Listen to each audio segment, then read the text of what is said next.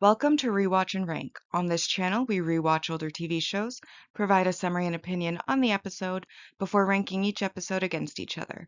Today's episode is One Piece East Blue Saga, Orangetown Arc Episode 6, Desperate Situation Beast Tamer Moji versus Luffy.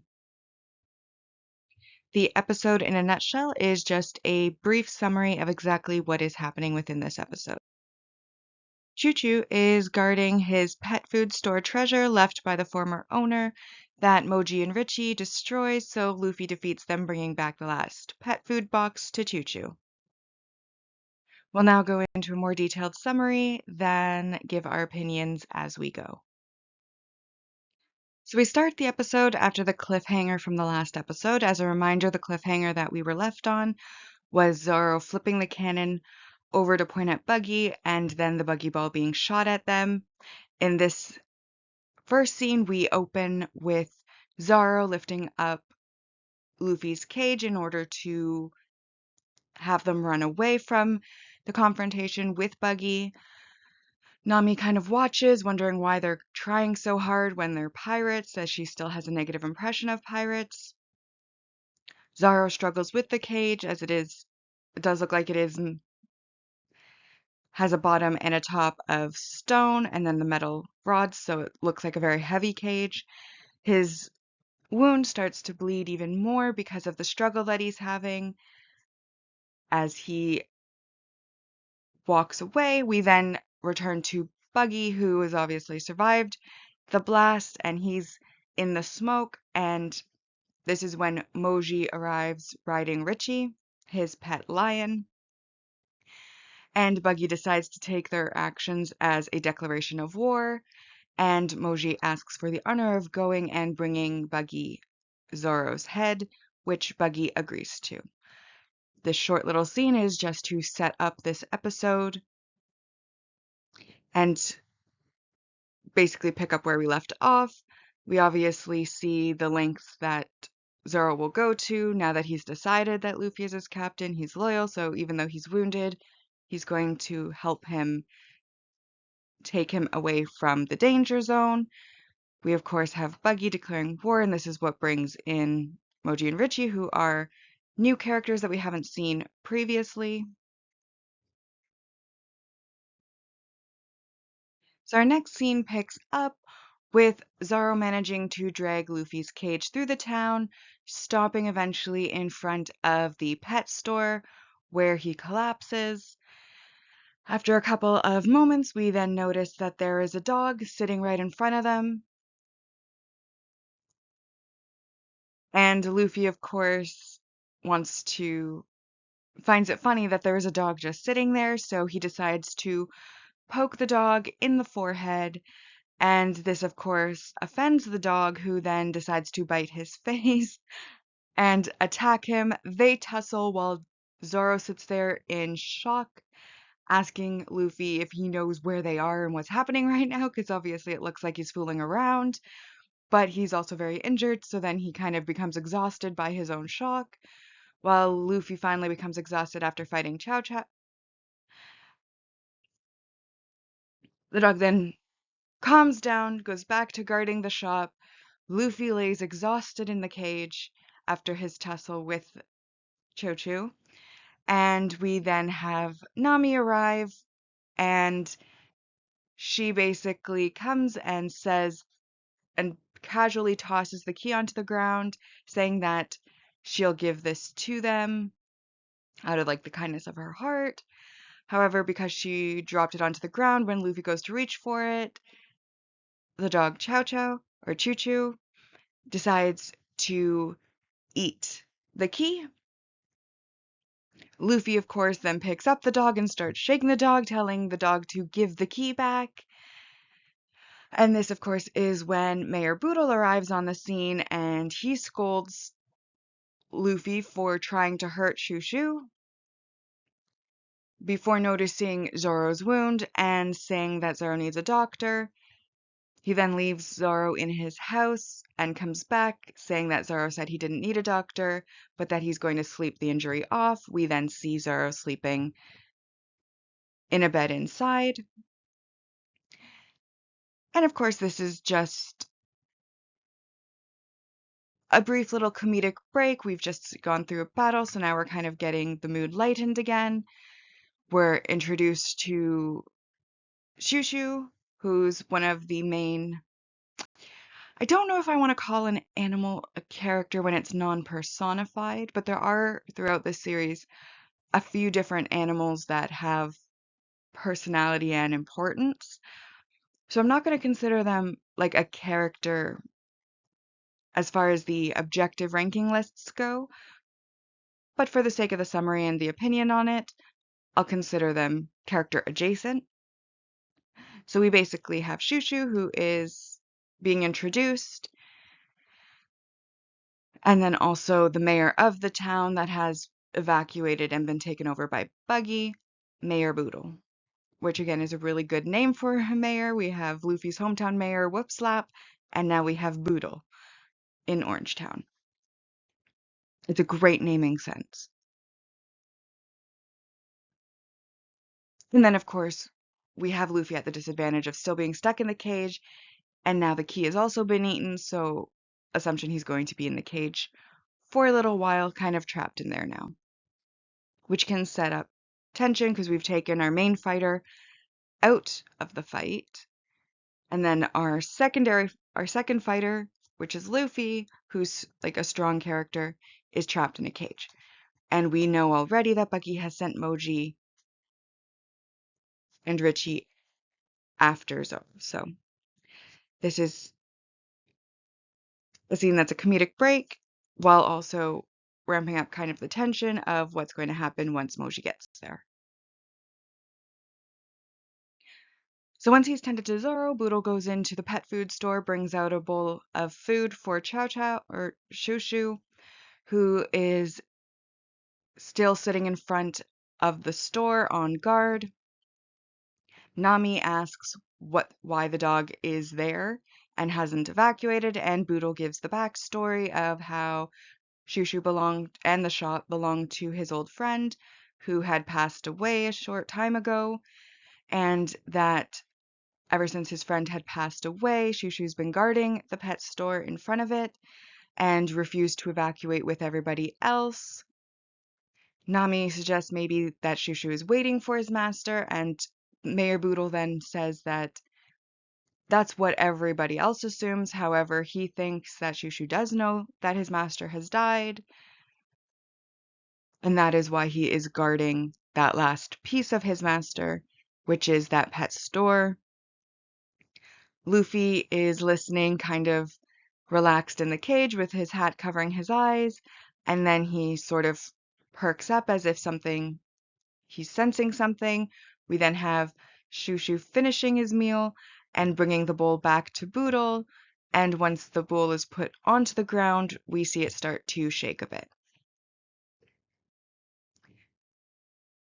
Obviously, this is where we're getting why we should care about this dog that's randomly sitting there.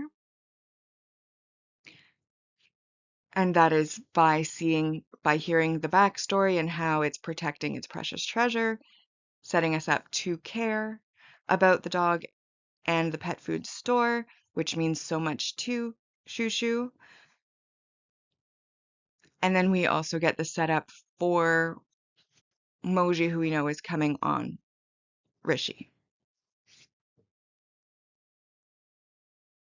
Moji and Richie then arrive at the scene, and as soon as Boodle starts to freak out, and he and Nami run off. This leaves Luffy in the cage looking at Shushu. Then, when Moji and Richie arrive, Luffy makes a comment about Moji's hair being funny, calling it an animal suit.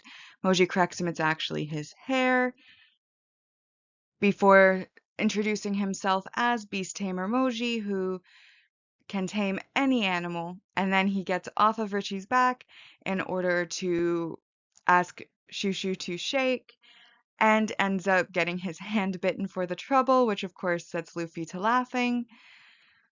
This enrages Moji, who then sicks Richie on them, which Richie manages to break the cage, and then sends Luffy flying through the air into a further away building.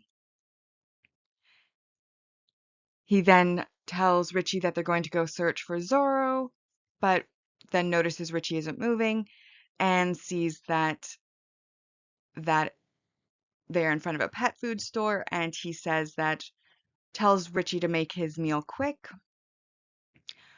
We then go back to where Luffy's flown through the building and he sits up, very happy that the cage has now been broken and he can go and beat everybody up. That's when Nami and Boodle come and find that it's odd that he's okay because that's not normal. And he's surprised it isn't normal because for him it is. And then Boodle asks him what he's even doing in the town, how he got mixed up with the buggy pirates. And Luffy says that he's just decided on why they're there, and that is to get a map of the Grand Line and make Nami the Thief their navigator. Before he then runs off to go and check on Zoro. And this is basically where we're building up some of the action of the episode, where now Luffy's free, so he's free to fight. We're getting to see that Shushu's treasure is in danger, which is building up tension. There is still a little bit of the comedy with the whole animal suit comment, with Luffy flying through the air thinking it's normal to survive being thrown into a building, and also just deciding that on their purpose midway through having started a battle.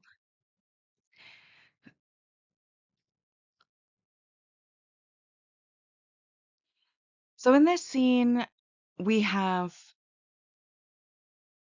Shushu trying to defend his treasure, but Richie is a giant lion about as tall as the building itself, and Shushu is a teeny tiny little white dog. So Shushu puts up a good fight, as good as he's capable of, however, inevitably he unfortunately fails. While he is attempting to fight Richie, we then have little snippets of flashback of Shushu with his owner at the pet store, where he's helping the owner move around food bags, where he's helping him unstick a wheel from a caught wagon, where where they're eating together and playing together. And this, of course, when you see that and then you go to see the dog fighting so hard and getting thrown into walls and getting some red mixed in with the white on the fur as it's squealing and such, we obviously feel quite emotional about the loss of this treasure. We see how important it was, how hard they're fighting, and how ultimately useless that fight ends up being, while we also see why it was so important by showing us flashbacks of the owner who is deceased and some of Shushu's fond memories of the pet store and the pet store's owners. Once if the store is destroyed, Shushu then starts kind of howling outside of it, grieving, and this is, of course, at the point in which Luffy arrives and sees the pet store on fire and the grieving Shushu outside. Now, obviously, the point of this scene is to be emotional, again, to get us to care a lot about this dog, about the store, so that we also feel sad that it has been destroyed by Rishi and Moji, and also understand Luffy's motivation to go after them, though he would have anyways. However, I do feel the design choice to record a human person pretending to make dog noises and very obviously being a human making dog noises, instead of just recording a dog making dog noises for Shushu, really takes a lot out of the scene. Like, it is a design choice. They made it. They obviously made it for some reason. But I feel like a lot of the more heavy side of the emotion, like of the emotion, is taken away from it because you're kind of just sitting there dumbfounded, like, why is this a human making dog noises?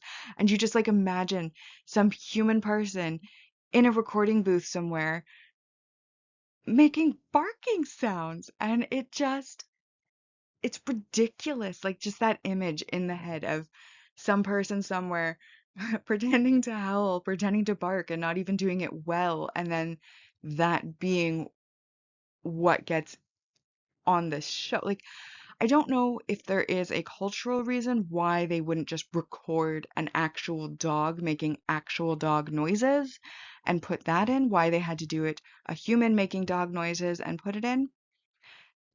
But I don't think it was a good choice because have, it does take you out of the serious emotion because of its ridiculousness. How like ridiculous it sounds, and also just the image of whoever that poor person was in a recording booth somewhere making those sounds. And otherwise, it would have been a very emotional scene, so it is disappointing. We then move on to Moji and Richie, who have destroyed the pet stop, and rather than feeling any sort of remorse for it, we have Moji complaining about the fact that Shosho bit him, and Richie is walking around with a box of pet food in his mouth. This, of course, is when Luffy arrives. Moji is surprised because he thought he'd already killed him. And Luffy then basically goes on the attack because of what they have done. And he twists his arms all around to gain some momentum. And then he grabs Richie by the head, which Moji then falls off of Richie. And he uses his Gumu Gumu hammer, which henceforth, if he uses it again, we'll just call his hammer, to basically implant Richie's head into the ground, defeating him. Moji then, of course, gets freaked out because he did not realize that this nameless nobody was actually very strong.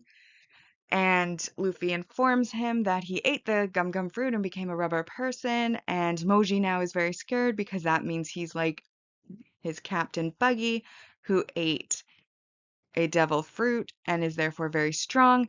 And he, of course, wants to try to avoid a fight, tries to placate Luffy, but Luffy tells him that Moji doesn't have to apologize now because Shushu's treasure is never going to come back, and that's why he's going to kick his ass, which we then see him doing so as we flash over to Shushu, who is again howling at the store.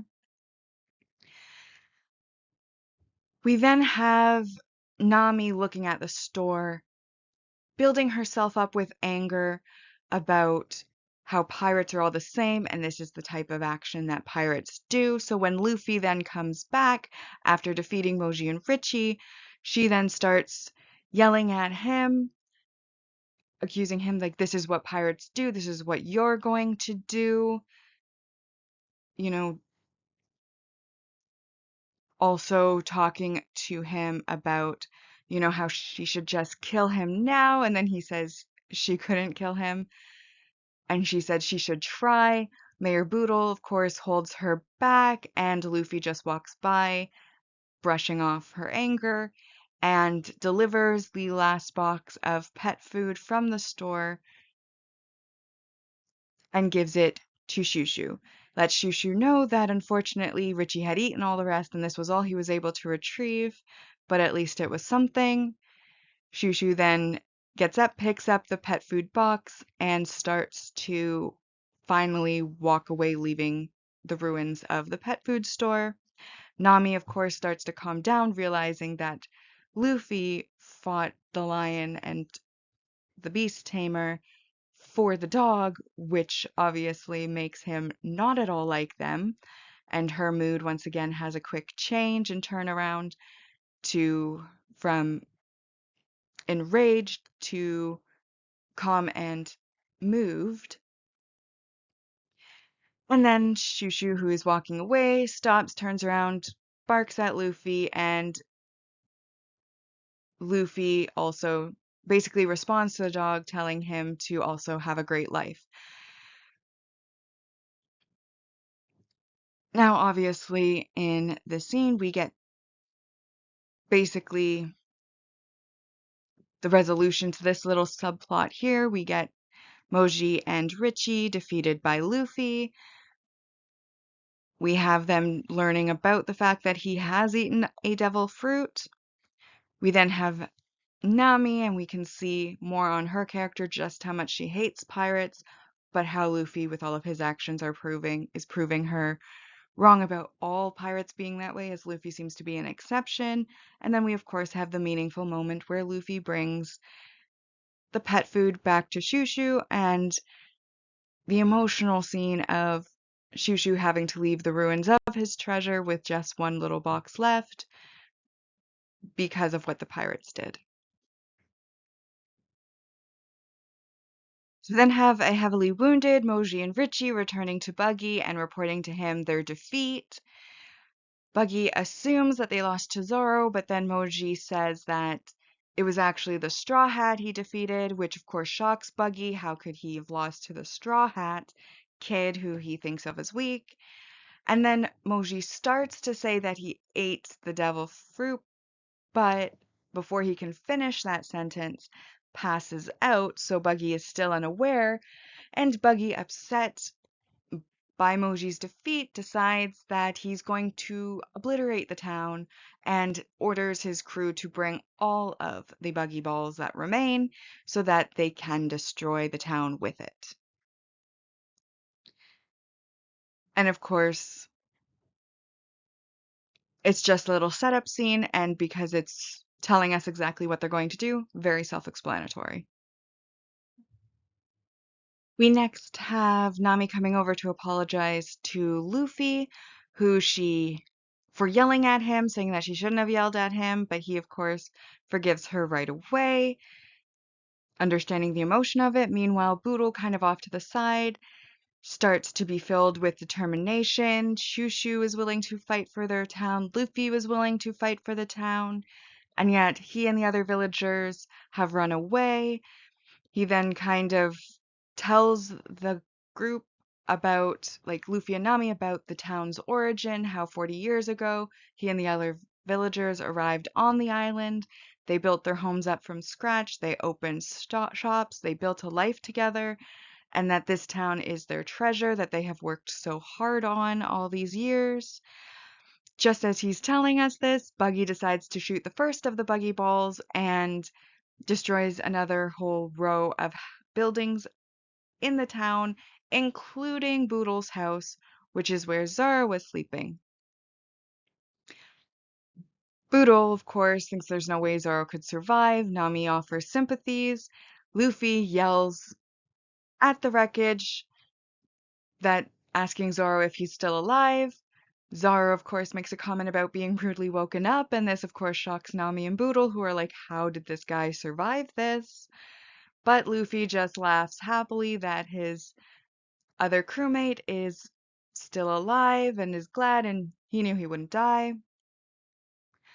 We then have Boodle once again building up his determination, having seen the destruction, and his will to fight builds up, and he decides to run off, despite Nami's protests, to go and confront Buggy. Nami, of course, is worried about Boodle because obviously he's no match for Buggy or the Buggy Pirates, but Luffy tells her not to worry as he likes Boodle. So basically, because he likes him, he's going to go and help him. Zoro also puts his bandana on, getting ready to fight, and when Nami comments on his wound, he just says that the wound to his pride, or his name as a swordsman, is worse than the wound in his side, and he and Luffy ready to go after Boodle. And Luffy claims that they are going to go and steal back the map of the Grand Line, and tells Nami once again to join his crew and holds out his hand to her. She slaps his hand and says she will never be a pirate, but she does agree to team up with them for now and become an ally. And so we have basically a setup for the next episode, starting with Boodle running off to confront Buggy, even though he doesn't have a chance, which of course is then making it so that Zoro and Luffy are going to go after him, but also going to get the map of the Grand Line. And then we have Nami officially joining, allying with the crew. At this point in Luffy's mind, I think she already has officially joined the crew, but she hasn't yet. And if you're a rewatcher, you know why, but we won't spoil that yet. And so this is setting up for the finale of the episode, which is coming up next. So we then have our finale scenes, and we have Boodle arriving, challenging Buggy to fight him because the town is his treasure and he wants to protect it. Buggy, of course, laughs him off, correcting him that treasure is jewels and money and gold and those types of things, not a town. Boodle again reiterates his determination to fight for the town and protect it. And then Buggy basically gives out his dream as well, which is that he's going to flashily conquer the Grand Line and flashily obtain all of the world's treasures for himself, real treasures, and he uses his devil fruit to basically send his hand to Boodle and raises him up from the ground by the neck before ordering his crew to ready the next Buggy Ball to fire on Boodle. Of course, then his face becomes grimace, becomes a grimace, and then he looks down to see that Luffy has arrived and has pulled his hand off of Boodle and is holding it, while Zoro and Nami also are by the side, and Luffy smiles at him, saying that he's come to kick his ass, and that is where our episode this time ends. Now, obviously, this part of the episode is basically everybody gaining their determination for the next episode where the battle will begin. We obviously have Boodle coming to challenge Buggy to defend his town, which of course has won over Luffy. Luffy therefore has come back to kick Buggy's ass, which he probably was always going to do anyways. And we also have Buggy surprised at him coming back and getting his hand pulled off, showing Luffy's strength and that he is strong. And of course, we have Buggy, who you can't see on screen without wanting to smile. Buggy is an amazing character. I don't know why he's so likable, but there's something about Buggy that is just very likable. So we love that the story this episode ended with a Buggy scene. Now that we've rewatched the episode, we're now going to get into the rankings. As a reminder, on this channel, we rank on two lists, a mostly objective list that removes emotion, and then a personal list, which is all emotion. So we'll now start with our mostly objective rank values, and I've highlighted those I felt applied. We'll start with the negative. The first half of the episode was basically a subplot to the overall confrontation with Buggy, but the second half really was just setting up for the next episode where we will be once again confronting Buggy and his crew. So this episode was more like a brief aside. Because it was mostly a setup kind of episode, I feel like that applies here, so that was a -1. Otherwise, we then have our single arc supporting character introduction when we were introduced to Boodle. As I mentioned during the recap with Shushu, we are not counting animals that are non-personified as characters, even if they do have significance to the plot. And so Shushu does not count, but Boodle does. And then we also have our multi-arc supporting character introduction, which in this case would be Moji. And again, Richie being an animal that's non-personified does not count towards it, though he is kind of a unit with Moji. So that was worth 1 point and 3 points respectively, which brings us to 3 points as we started at a -1.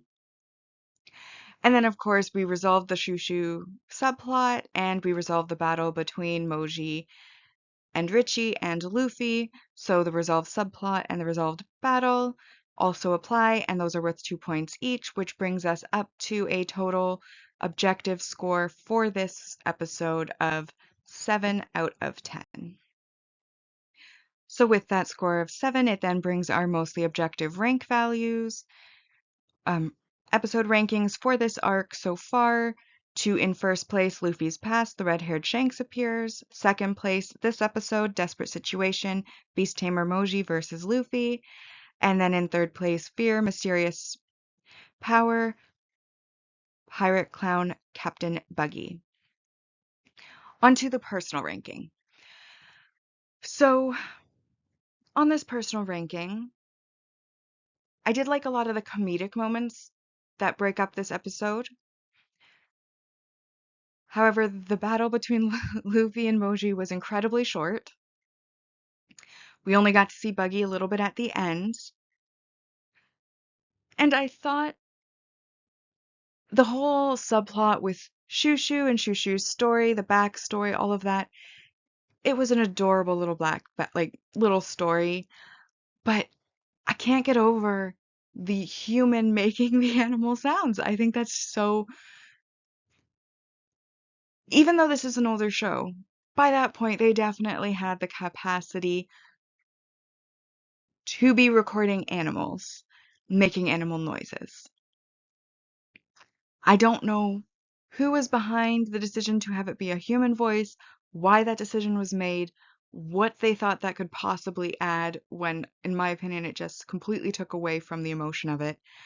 But, like, that story, it would have been so emotional. It was just so close to being there, but that one decision just completely takes you out of the emotion of it because it's so absurd and silly that they used a human making dog noises for a dog character.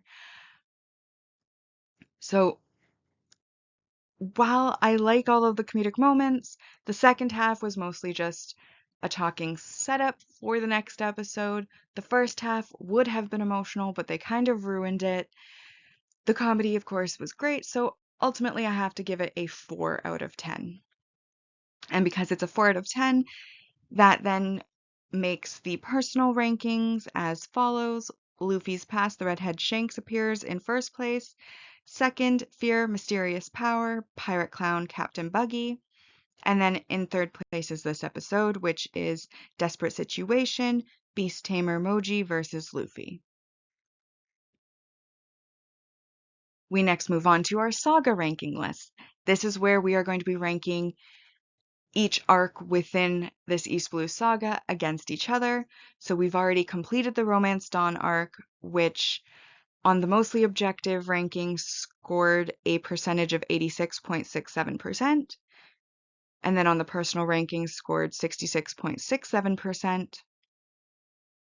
And now we're within the Orangetown arc. And to update those scores, we have 5 episodes leading to a maximum possible score of 50. The mostly objective score from this episode was 7, so we now have 23 out of 50 as the score.